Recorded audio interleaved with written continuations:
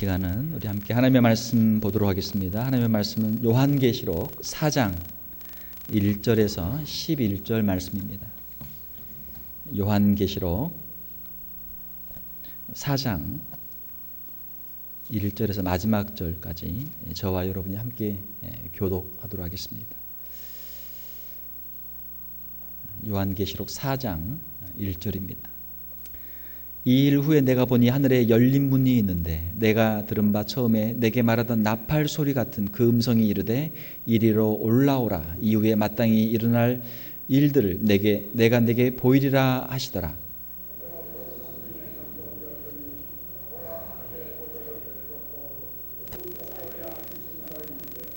앉으신 이의 모양이 벼곡과 홍보석 같고 또 무지개가 있어 보좌에 둘렀는데 그 모양이 녹보석 같더라.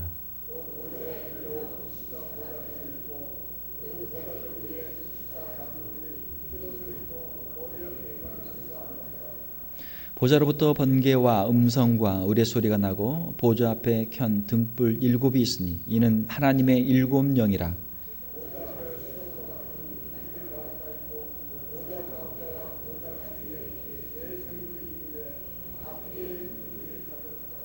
그 첫째 생물은 사자 같고 그 둘째 생물은 송아지 같고 그 셋째 생물은 얼굴이 사람 같고 그 넷째 생물은 날아가는 독수리 같은데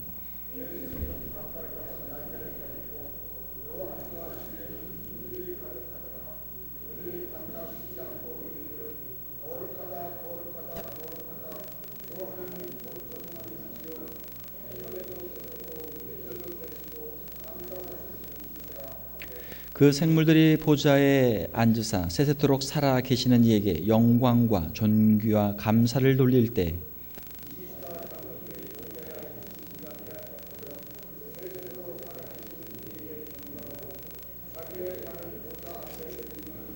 같이 읽겠습니다. 우리 주 하나님이여 영광과 존귀와 권능을 받으시는 것이 합당하오니 주께서 만물을 지으신지라. 만물이 주의 뜻대로 있었고 또 지으심을 받았나이다. 아멘. 우리 함께 읽으신 말씀 요한계시록 4장 1절에서 11절 말씀을 가지고 하늘의 예배라는 제목으로 말씀을 전하도록 하겠습니다. 우리가 이제 요한계시록을 같이 보고 있는데요. 요한계시록을 어떤 분들은 어렵다, 요한계시록이 해석이 어렵다 그렇게 하는 분들이 있어요. 사실 어렵죠. 그러나 분명한 것은 요한계시록에는 큰 주제가 있어요. 그 주제는 무엇이냐면 우리 성도들은 신앙을 지키고 환난과 핍박을 당하지만 마침내 예수 그리스도께 다시 오시고 또 심판이 있고 영원한 천국과 지옥이 이루어진다라고 하는 아주 그 큰 주제가 있죠. 그리고 요한계시록은 또 요한계시록 하나만 있는 것이 아니고 창세기에서부터 시작해서 구약이 있고 또 예수 그리스도의 복음 신약이 있고 전체가 연결되어 있기 때문에 요한계시록을 우리가 하나만 가지고 보면은 이해하기 어려워요. 그러나 이것을 창세기에서부터 창세기, 출애굽기, 레위기 쭉 해서 구약과 또 구약에 있는 모든 선지서 또 신약에 있는 복음서, 예수님의 말씀들과 이렇게 연결을 하게 되면은 이것이 이제 연결이 되고 이해가 되는 것이죠. 요한계시록 2장, 3장에서 우리가 지난 시간까지 이 지상에 있는 소아시아에 있었던 7교회, 7교회를 보면서 주님께 칭찬받는 교회도 있고 책망받는 교회도 있었다라고 하는 것을 우리가 보았습니다. 칭찬만 받는 교회도 있었고 책망만 받는 교회도 있었고 칭찬과 책망을 같이 받는 교회들이 있었어요. 그것이 이 지상에 있는 교회들의 모습이에요. 자, 오늘 우리가 함께 읽은 4장에 있는 이 교회는 이것은 하늘에 있는 교회입니다. 하늘에 있는 교회. 자, 구약을 보게 되면은 구약에 성소가 있죠. 성소가 있고 지성소가 있어요. 하나님께서 모세에게 보여주신 대로 하늘에 있는 하나님의 이 임재와 하나님 앞에 드리는 예배의 그 영광을 모세에게 희미하게 보여주셨고 이 땅 위에다가 하나님께 예배할 수 있는 장소, 성막을 짓도록 그렇게 말씀하셨죠. 성막을 짓고 나중에는 솔로몬이 성전을 지었죠. 오늘 우리가 읽은 요한계시록 4장은 땅에 있었던 성소와 지성소의 그 원형, 원형의 모습이에요. 그러니까 이 4장을 우리가 요한계시록 4장을 보면서 출애굽기와 또 레위기 있는 것들을 우리가 이해를 하고 함께 보면은 어느 정도 좀 더 이해가 됩니다. 또한 신약에 있는 사도행전 2장 이후에 있었던 교회, 요한계시록 3장까지 있었던 교회, 신약에 있는 교회들은 이 땅에 있는 지상의 교회들이죠. 그런데 요한계시록 4장에 있는 교회는 하늘에 있는 교회란 말이에요. 교회는 무엇입니까? 교회는 하나님을 예배하는 성도들의 모임이잖아요. 이 지상에 있는 교회는 우리가 열심히 노력하지만 아직 우리는 부족하단 말이에요. 성화의 과정에 있지만 아직은 부족하단 말이에요. 그러나 우리가 천국에 가게 되면 거기는 완전한 성화를 이뤄서 영화의 상태에서 하나님을 예배하기 때문에 거기에서는 하나님의 영광이 여기보다 훨씬 더 가득하고 하나님의 영광이 가득하고 성도들도 완전한 성화를 이루어서 영광 가운데서 함께 하나님의 앞에 서서 예배하는 그런 영광스러운 모습을 이루고 있는 교회가 천상의 교회죠. 자, 오늘 우리가 요한계시록 4장을 통해서 그 모습을 우리가 잠깐 보도록 하겠습니다. 자, 4장 1절에 보게 되면 이 일 후에, 이 일은 뭡니까? 2장과 3장에 있었던 이 지상에 있는 소아시아에 있는 7 교회들에 대한 권면의 말씀들을 주신 후에 이제는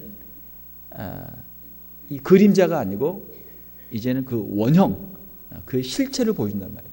교회의 실체, 예배의 실체를 보여주시는 것이죠. 내가 보니 하늘에 열린 문이 있는데 하늘 문이 열렸어요. 하늘 문이 닫혀 있어요.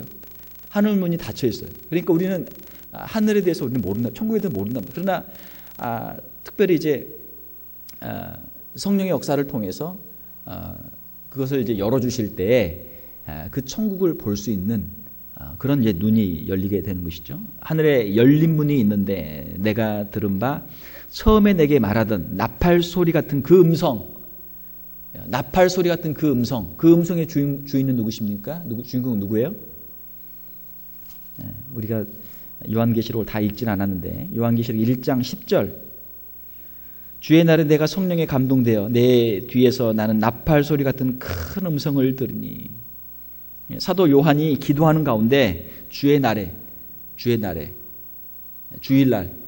혼자서 밤모섬에서 그가 기도하고 하나님을 찬송하고 하나님을 예배하는 가운데 그에게 음성이 들렸어요. 큰 음성이 들렸어요. 나팔 소리 같은 큰 음성이 들려서 7 교회 내가 지금 너에게 보여주는 것을 보내라. 자, 이분이 누구십니까? 13절에 요한계시록 1장 13절에 촛대 사이에 인자 같은 이 예수 그리스도, 예수님이죠. 요한계시록은 예수 그리스도의 계시예요. 예수님이 사도 요한에게 이 모든 앞으로 되어질 일들에 대해서 그 계시를 보여주신 것이죠. 나팔 소리, 처음에 내게 말하던 나팔 소리 같은 그 음성이 다시 말하는 거예요. 이르되 이리로 올라오라. 이후에 마땅히 일어날 일들을 내가 네게 보이리라. 누가 하시는 말씀이에요? 예수님이 하시는 말씀이에요. 예수 그리스도. 예수 그리스도의 말씀이 다시 임한 거예요. 7 교회의 편지를 쓰도록 하고 다시 이제 이 4장부터는 이제 그 장면이 바뀌죠. 이제는 마지막 시대에 이루어질 일들에 대해서 말씀하시는데 그 말씀을 하시기 전에 먼저 하늘에 있는 하나님과 그 하나님 앞에서 드리는 아름다운 예배, 영광의 모습을 먼저 보여주는 거예요. 먼저 보여줘요.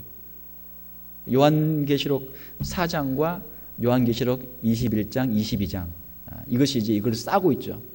우리는 요한계시록 하게 되면 거기에 7인, 7나팔, 7대접이 나오기 때문에 수많은 재앙들, 전쟁들이 나오기 때문에 우리는 공포심을 갖는단 말이에요. 두려움을 갖는단 말이에요. 그러나 그것은 하나님의 심판과 성도들의 구원에 관한 약속의 말씀이고 성도들에게 주시는 더 핵심적인 말씀은 뭐예요? 요한계시록 4장과 요한계시록 21장, 22장에 있는 천국의 모습을 준단 말이에요. 사랑하는 성도 여러분, 여러분의 마음속에 천국을 늘 그리면서 천국을 사모할 수 있기를 주님의 이름으로 축원합니다.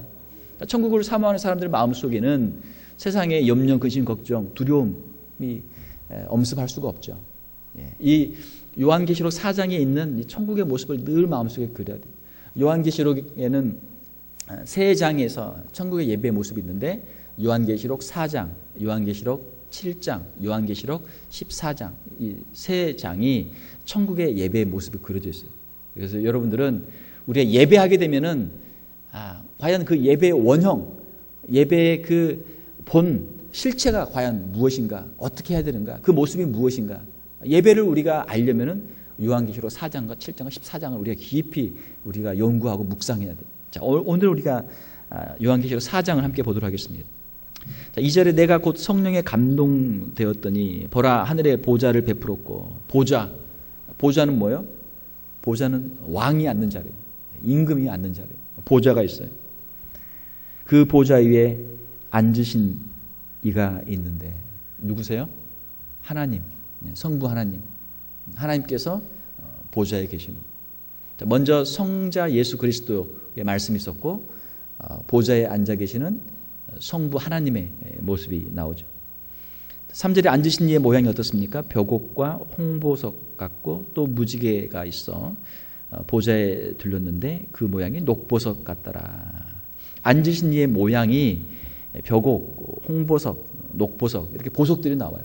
이것은 이제 상징적인 그런 언어죠. 왜냐하면 하나님에 대해서 하나님은 영이시기 때문에 우리가 하나님에 대해서 어떻다 말할 수 없단 말이에요. 하나님에 대해서 하나님이 가지고 있는 하나님의 속성과 하나님의 성품에 대해서 우리가 상징적으로 비유적으로밖에 말할 수가 없는 거예요. 자, 그래서 여기 벽옥과 홍보석과 녹보석이 나오죠. 이 벽옥과 홍보석과 녹보석을 우리가 이해하려면 우리가 이것을 이해하려면 출애굽기 28장을 우리가 알고 있어야 돼요. 출애굽기 28장을 한번 펴보세요. 요한계시록이 어려운 이유는 우리가 구약을 잘 모르기 때문에 그래요. 이게 갑자기 왜 나왔을까? 벽옥, 홍보석, 녹보석이 왜 나왔을까? 출애굽기 28장 17절에서 20절을 보게 되면은 지성소와 성소에서 하나님께 예배를 드리는 제사장 그리고 대제사장이 있는데 대제사장의 흉패 가슴에다가 다는 흉패가 있어요. 흉패에다가 12개의 보석을 거기다가 넣도록 되어 있어요. 17절에 보게 되면은 그것에 네 줄로 보석을 물리되 첫 줄은 홍보석, 황옥, 녹주옥이요. 둘째 줄은 석류석, 남보석, 홍만호요. 셋째 줄은 호박, 백만호, 자수정이요. 넷째 줄은 녹보석, 호만호, 벽옥으로 다 금태에 물릴지니. 그래서 이것은 하나님의 그 속성을 상징하는 것이고 이것은 하나님의 형상으로 지음받은 하나님의 백성인 이스라엘의 12지파가 각각 가지고 있어야 될 하나님의 그 속성, 하나님의 그 아름다우심을 상징하는 거예요. 대제사장은 여기에 가슴에다가 이 12개의 보석을 가지고 다니면서 하나님 앞에 서서 이스라엘을 대표해서 하나님께 제사를 드렸던 것이죠. 자, 벽옥은 옥이에요. 옥. 푸른빛이 나는 옥인데 이 벽옥은 하나님의 거룩하심과 정결하심을 상징하는 거예요. 꽃에는 꽃말이 있고 보석에는 보석에 의미하는 의미가 그 말들이 다 있어요. 옥은 하나님의 거룩하심과 정결하심. 홍보석은 루비인데 홍보석은 하나님의 공의로운 심판을 상징하는 거예요. 그리고 녹보석은 에메랄드, 하나님의 은혜를 상징하는 그런 보석입니다. 무지개는 우리가 잘 아는 대로 노아와 하나님께서 맺으신 언약의 상징이죠. 자, 앉으신 이의 모양이 벽옥과 홍보석 같고 또 무지개가 있어 보좌에 둘렸는데 그 모양이 녹보석 같더라. 이것은 출애굽기 28장에 나오는 것이고, 자, 4절에 또 보좌에 둘러 24보좌들이 있고 그 보좌들 위에 24장로들이 흰옷을 입고 머리에 금관을 쓰고 앉았더라. 24장로가 나오죠. 24장로. 24라고 하는 숫자가 어디에서 나왔을까? 구약에 보게 되면은 12지파가 있고 신약에 보게 되면은 12제자가 있어요. 그래서 구약에 있는 12지파의 대표들 그리고 신약에 있는 모든 교회의 대표인 12사도들, 그래서 24장로죠. 24장로의 그 수를 우리가 물론 상징적으로도 볼 수 있습니다. 구약에 있는 모든 성도들의 대표자들과 신약에 있는 모든 교회의 성도들의 대표자 해서 12에서 합쳐서 24. 24의 숫자는 구약과 신약에 있는 모든 성도들을 다 포함하는 그 수죠. 거기에 대표자들이. 자, 24장로들. 장로는 이제 우리 이제 장로교인데 장로교가 아니어도 이제 장로라는 호칭을 많이 쓰죠. 장로는 이제 목사 또 장로를 다 포함하는 그런 단어인데 장로는 이제 지도자, 리더다라고 하는 이제 그런 뜻이죠. 교회 지도자들이죠. 여기 보게 되면 4절에 흰 옷을 입고 머리에 금관을 쓰고 앉았더라. 흰 옷을 입었어요. 흰 옷은 하얀색. 하얀색은 뭐예요? 깨끗하죠. 하얀색은 깨끗해요. 하얀색 옷을 누가 입어요? 하얀색을 좋아하는 사람이 있겠지만 신부가 입잖아요. 신부가 드레스 하얀 옷으로 입어요. 순교를 상징한단 말이에요. 우리가 주님 앞에 섰을 때 성도들의 순수한 신앙, 순결한 신앙, 세상의 죄로 얼룩지지 않은, 세상의 죄로 오염되지 않은 성도들의 순결한 신앙과 그들의 삶을 상징하는 것이 흰 옷이에요. 우리가 죄가 있을지라도 예수 그리스도를 의지할 때 예수 그리스도의 십자가의 보혈의 공로를 의지해서 우리의 모든 죄가 다 사함받게 되는 줄 믿습니다.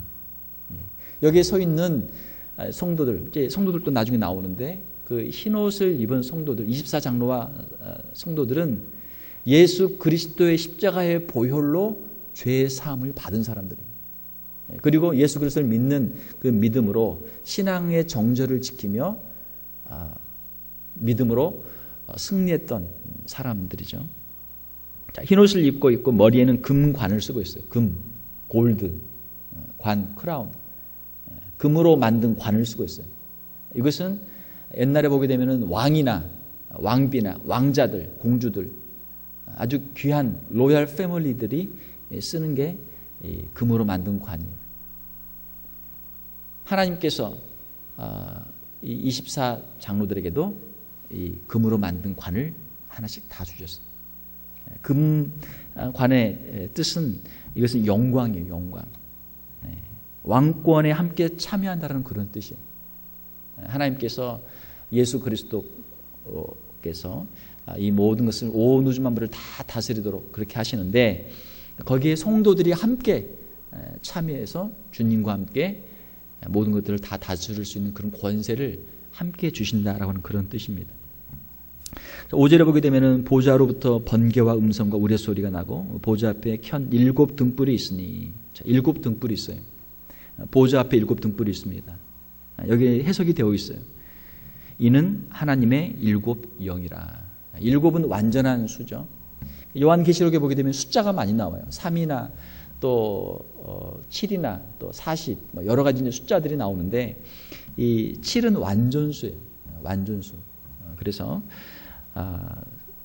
완전하신 성령님을 뜻하는 것이고, 또 여기에 보좌 앞에 켠 7 등불은 우리에게 무엇을 생각나게 해주냐면 성소에는 뭐가 있어요? 램프가 있잖아요. 램프 스탠드. 등대가 있단 말이에요. 거기에 7개의 그 불이 있죠. 요한계시록 2장 3장에도 보게 되면은 7 촛대 사이로 7 교회 사이로 운행하시잖아요. 우리 주님이 7. 그래서 구약에 보게 되면은 성소에 항상 그 등불을 켜놓도록 되어 있어요. 항상 밤과 낮으로 항상 켜놓도록 되어 있어요. 이것은 성령께서 이 성소 안에 임재하시고 또 성도들을 빛으로 인도해 주신다라고 하는 그런 뜻이 있죠. 자, 이렇게 해서 하늘에 예배가 있는데 여기는 성삼위일체, 성자 예수 그리스도, 성부 하나님, 성령 하나님, 삼위일체가 여기 계시고, 자, 그리고 6절에 보게 되면 보좌 앞에 수정과 같은 유리바다가 있고 보좌 가운데와 보좌 주위에 4 생물이 있는데, 자, 보좌 앞에 수정과 같은 유리바다가 있어요. 수정과 같은 유리바다. 구약 시대 성전에는 뭐가 있었어요? 구약 시대 성소에는 물두멍이 있었고, 그리고 성전에는 뭐가 있었어요? 성전에는 바다가 있었어요. 바다. 큰 이 대야가 있어서 거기서 씻어요. 깨끗하게 씻어요. 여기에 나오는 수정과 같은 유리바다는 바로 성소에 있었던 그 바다, 그 바다를 여기서는 이제 뜻하는 것이죠. 이것은 성도들이 모든 것을 씻고 아주 정결한 모습으로 예배자로 서 있는 그러한 모습이죠. 그걸 씻지 않고는 들어갈 수가 없어요. 그걸 항상 씻고 들어가야 돼요. 자, 그리고 보좌 가운데 보좌 주위에 네 생물이 있는데 앞뒤에 눈들이 가득하더라. 이 네 생물이 나오는데 네 생물은 아주 우리가 이해할 수 없는 아주 신비한 그러한 존재들이 그냥 네 생물 이렇게 되어 있어요. 그 네 생물의 모습을 보게 되면 7절에 그 첫째 생물은 사자 같고 둘째 생물은 송아지 같고 그 셋째 생물은 얼굴이 사람 같고 그 넷째 생물은 날아가는 독수리 같은데, 자, 첫째, 둘째, 셋째, 넷째 생물들의 각각 특징들이 있는데 사자와 송아지와 사람과 독수리 네 가지의 모습을 하고 있습니다. 이것은 우리가 이 세상에서는 볼 수 없는 그러한 아주 신비스러운 존재들이죠. 그리고 8절에 보게 되면은 네 생물은 각각 6날개를 가졌고 그 안과 주위에는 눈들이 가득하더라. 또 날개가 있는데 6개 날개가 있어요. 보통 우리가 천사 그림을 그리게 되면 천사는 날개가 2개가 있어요. 그런데 성경에 보게 되면은 천사 외에 또 신비한 존재들이 나오는데 요한계시록 4장에 나오는 네 생물은 성경 여러 군데 나오고 있는 그 두 종류의 그 아주 신비한 존재들을 생각하게 하는 것이죠. 먼저는 그룹이라는 데요. 그룹. 이거는 영어가 아니고 그룹은 체룹이라고 하는 그 히브리어를 이제 우리 한글로 그냥 음력을 한 거예요. 체룹. 그룹 또는 이제 복수로 그룹들 이렇게 돼 있어요. 그룹들. 예.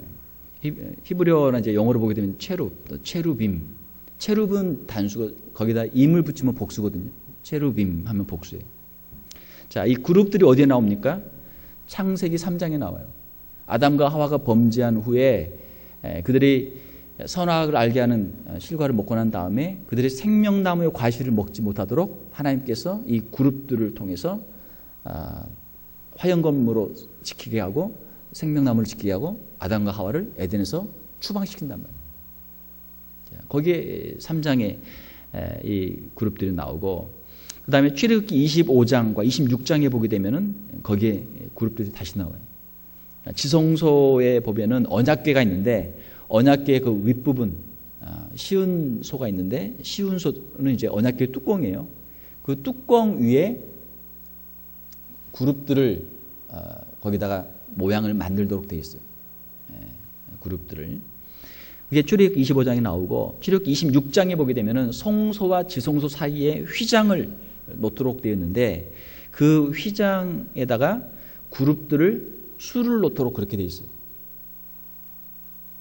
성소에서 지성소로 들어가는 거기 휘장에다가 그룹들의 그 수를 놨어요.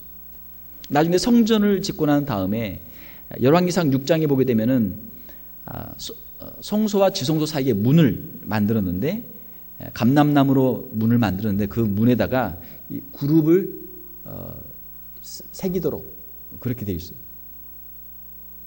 그 안에 들어가려면 반드시 이 그룹을 보고 들어가도록 그렇게 되어 있는 것이죠. 그리고 에스겔서 1장에 보게 되면은 에스겔은 제사장이죠. 제사장인데 성전이 다 무너졌어요. 성전이 어떻게 다시 회복될 것인가, 성전에 대한 회복의 환상을 보는 가운데 에스겔 1장에 보게 되면은 사람과 또 사자와 소와 독수리의 모양을 가진 이 그룹들의 환상을 보게 돼요. 그러면 과연 이 그룹은 어떤 존재들인가? 이 그룹은 하나님의 임재를 상징하는 존재들이고 하나님을 예배하는 그런 존재들이 바로 이 그룹들이 성경에는 자주 나와요. 그리고 또 한 종류의 그 존재들을 생각할 수 있는데 그것은 스랍이에요. 스랍. 네, 스랍. 단수로는 스랍이고 복수는 스랍임이라는 그런 단어죠. 이 스랍은 이제 이사야서 6장에 나오는데 이사야서 6장 1절에서 7절까지 쭉 보게 되면은 역시 이제 이사야가 환상 중에서 보좌, 하나님이 계신 보좌를 보게 되고 성전을 보게 되고 하나님이 계신 성전을 보게 되고 거기에 스랍들을 보게 돼요. 스랍은 6개의 날개를 가지고 있어요. 그룹은 4개의 날개를 가지고 있고 스랍은 6개의 날개를 가지고 있습니다. 그런데 오늘 우리가 읽은 이 말씀을 보게 되면은 4장 8절에 계시록 4장 8절에 네 생물은 각각 6날개를 가지고 있다. 그러니까 6날개를 가진 것으로 볼 때 여기 4장 8절에 나오는 네 생물은 스랍에 가까워요. 그리고 또한 4장 7절에는 이제 네 가지의 그 캐릭터가 나오는데 이 모습을 볼 때는 이제 그룹하고 연관지어서 생각할 수도 있어요. 그래서 우리가 알 수 없는 존재들이 있는데 그룹들과 스라빔들이 있고 이 요한계시록 4장에 나오는 이 네 생물은 그러한 존재들로서 가장 하나님의 그 가까운 거리에서 하나님을 섬기고 예배하는 그런 존재들이. 자, 여기 보면 사자와 송아지, 사람, 독수리가 나오는데 이것을 이제 학자들이 여러 가지로 해석을 했습니다. 사자, 송아지, 사람, 독수리 이 네 생물이 나오는데 이것은 사복음서를 상징한다. 그렇게 해석한 신학자들이 있었어요. 사자는 마태복음, 송아지는 마가복음, 사람은 누가복음, 독수리는 요한복음. 또 이 마태, 마가, 누가, 요한은 이제 예수님의 네 가지 인성을, 예수님의 네 가지 성품을 표현한다. 그렇게 해석한 사람도 있었어요. 예수님의 왕되심, 예수님의 왕되심과 종으로 오신 예수님, 인간으로 오신 예수님, 예수님의 신성, 이걸 네 가지를 해석하는 사람도 있었고, 또 여기서 나오는 것들을 통해서 이제 사자는 용기를 상징하고, 송아지는 인내, 희생과 인내를 상징하고, 사람은 지혜를 상징하고, 독수리는 높음과 민첩함을 상징한다. 이제 여러 가지를 해석을 해요. 그러나 우리가 완전하게 이걸 다 알 수는 없어요. 중요한 것은 이 여기 나오는 이 네 생물은 가장 하나님의 그 최근거리에서 하나님의 임재와 하나님의 영광을 상징하는 또 하나님을 예배하는 그런 존재들이에요. 자, 여기 네 생물이 있고 그들이 밤낮 쉬지 않고 이르기를 8절에 보게 되면 거룩하다 거룩하다 거룩하다 거룩하다 거룩하다 거룩하다 찬송을 부르죠. 자, 이것은 이사야 6장 3절에 나오는 스랍들의 찬송하고도 똑같아요. 이사야 6장 3절을 보게 되면 거룩하다 거룩하다 거룩하다 거룩하다 세 번 찬송을 해요. 스랍들이. 그러니까 요한계시록 4장에 나오는 8절에 그 나오는 네 생물들은 이제 스랍들과 그런 비슷한 존재들로 스랍으로 보든지 스랍과 비슷한 존재로 그렇게 볼 수 있는 것이죠. 자, 9절에 그 생물들이 보좌에 앉아서 세세토록 살아 계시는 이에게 영광과 존귀와 감사를 돌릴 때, 이 생물들이 하는 일은 하나님께 찬양하고 하나님께 영광을 돌리는 거예요. 그때 10절에 보기는 24장로들이 보좌에 앉으신 이 앞에 엎드려 세세토록 살아 계시는 이에게 경배하고 자기의 관을 보좌 앞에 드리며 자기의 관을 벗어서 드려요. 자, 이것은 옛날 고대에 이제 전쟁이 있어요. 전쟁. 자, 두 나라 사이에 전쟁이 있어요. 여기에도 왕이 있고 여기도 왕이 있어요. 두 나라가 전쟁을 했어요. 한 나라가 이기고 한 나라가 패하면 그 패한 나라의 그 왕이 자기의 관을 벗어서 무릎을 꿇고 이긴 나라 왕한테 자기 관을 바치는 거예요. 항복하는 거예요. 항복. 자, 여기에서 24장로들이 관을 하나님께 드리는 것은 이 영광스러운 자리에 있는 것, 이것이 다 하나님의 은혜고 하나님의 그 영광 앞에서 자신들은 너무나 부족하고 연약한 자들인 것을 깨닫기 때문에 하나님 앞에 자기의 관을 벗어서 드리는 거예요. 예배란 무엇인가? 예배는 하나님 앞에 엎드린다라는 뜻이에요. 히브리어로 예배라는 뜻은 엎드린다는 뜻이에요. 엎드린다. 무릎을 꿇고 엎드리는 거예요. 우리가 명절에 부모님께 큰절하듯이 그 앞에 엎드리는 거예요. 엎드리는 거예요. 그러니까 우리 한국에 있을 때 어렸을 때는 큰절 많이 했거든요. 근데 요즘에 미국 와서는 이제 다 의자 문화니까 애들한테 큰절 받기가 참 어려워요. 이게 마루 문화가 아니고 다 의자 문화이기 때문에 큰절 받기가 참 어려워요. 저희 어렸을 때는 시간만 내면 그냥 오랜만에 고향 한번 내려가면 무조건 일단 큰절부터 하는 거예요. 고향 가면 일단 큰절부터 해요. 근데 교회도 저희 어렸을 때는 이제 마루였거든요.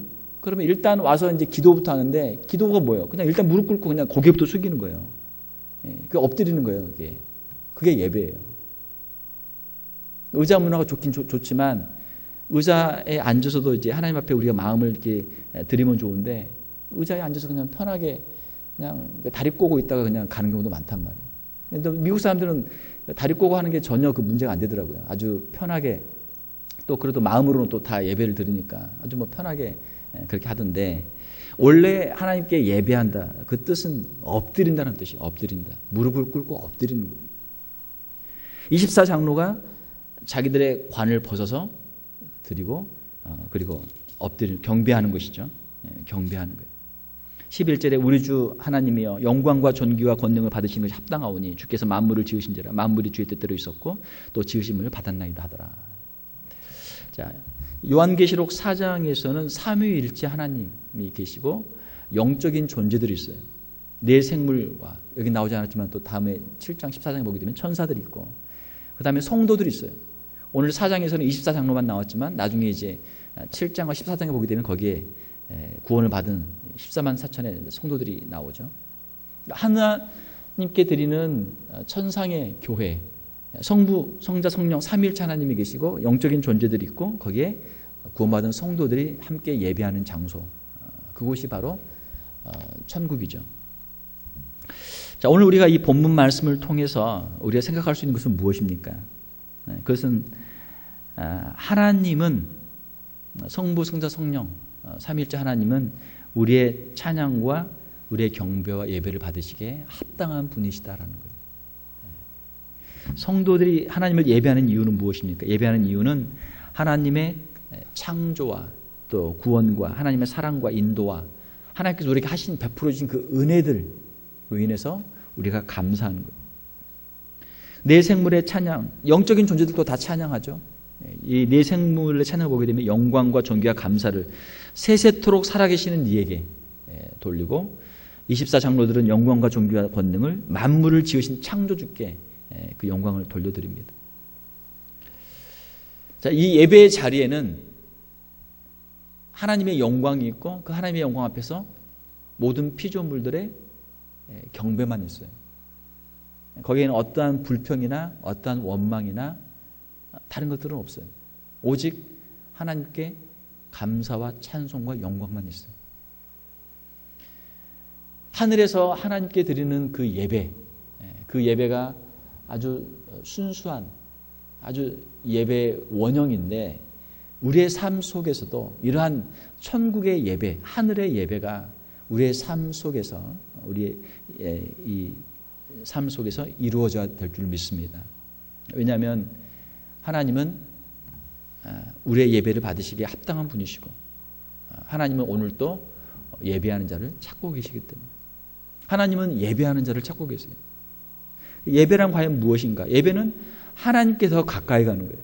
하나님의 영광 앞으로 더 가까이 가는 것이고 우리가 감사로 우리가 더 충만한 삶을 사는 것이고 하나님의 그 아름다우심 앞으로 더 가까이 가는 것. 이것이 예배예요. 하나님은 예배한 자를 찾으시며 예배 가운데 하나님은 임재하세요. 천국은 어떤 곳인가? 오늘 우리가 읽은 요한계시록 4장은 천국의 아주 그 핵심 부분을 우리에게 보여주는데 그건 바로 천국은 예배하는 곳이다. 천국은 찬송하고 예배하는 곳입니다. 사랑하는 성도 여러분, 우리가 감사하며 찬송하며 우리가 주님 앞에 나갈 때 우리의 심령 가운데 천국이 임하게 되는 줄 믿습니다. 왜냐하면 우리가 예배할 때 주님이 우리 예배를 받으시고 그 가운데 임재하시기 때문에 거기에 천국이 임한단 말이에요. 우리 인생 가운데 가장 최우선이 무엇인가? 우리 인생의 최우선 순서가 많잖아요. 순서가 많은데 최우선 순위는 뭐냐면 그건 바로 예배예요.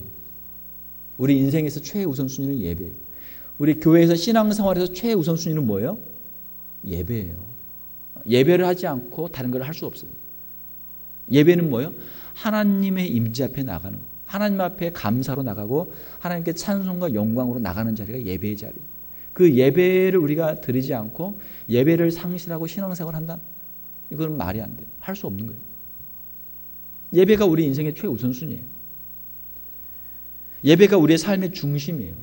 우리가 예배할 때 우리의 신앙이 바로 서요. 예배가 무너지면 우리의 신앙이 무너져요. 예배가 우리를 하나님께로 인도하는 것이죠.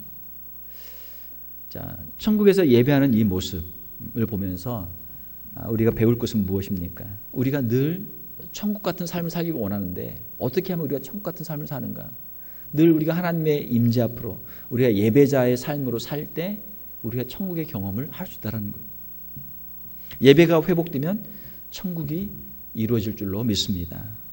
우리 인생의 예배가 회복되도록 우리가 기도를 해야 돼요.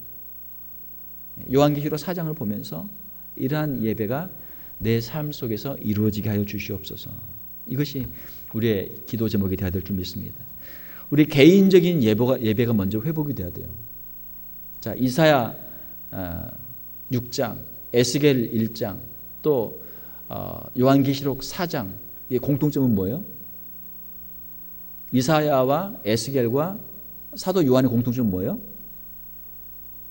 그들이 혼자 있는 장소에서 하나님께 1대1로 예배를 드렸다는 거예요. 이것이 핵심이에요. 물론 많은 사람들이 모여서 요한계시록 7장이나 14장처럼 14만 4천이 모여서 수많은 허다한 사람들이 모여서 같이 예배를 드릴 수도 있죠.